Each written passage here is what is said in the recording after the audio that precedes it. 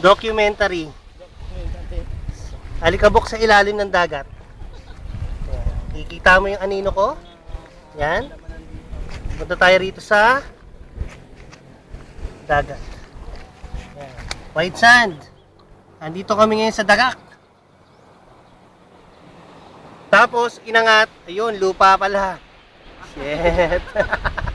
Babalik tayo sa ilalim ng dagat. Seaweeds.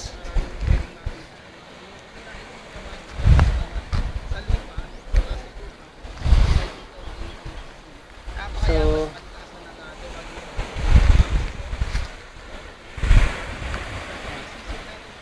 five megapixel. Charing.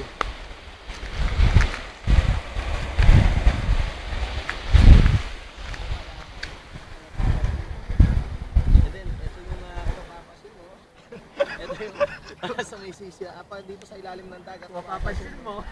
Ayan. So, ito hindi natin makikita sa mga ng mapapansin mo, ito yung dapat pinapangalagaan natin yung mga halaman. Kasi yung nagiging pagkain, kung mapapansin natin, sa mga isda nga nakikita natin From top sa view, ilalim ng dagat. Pilipinas.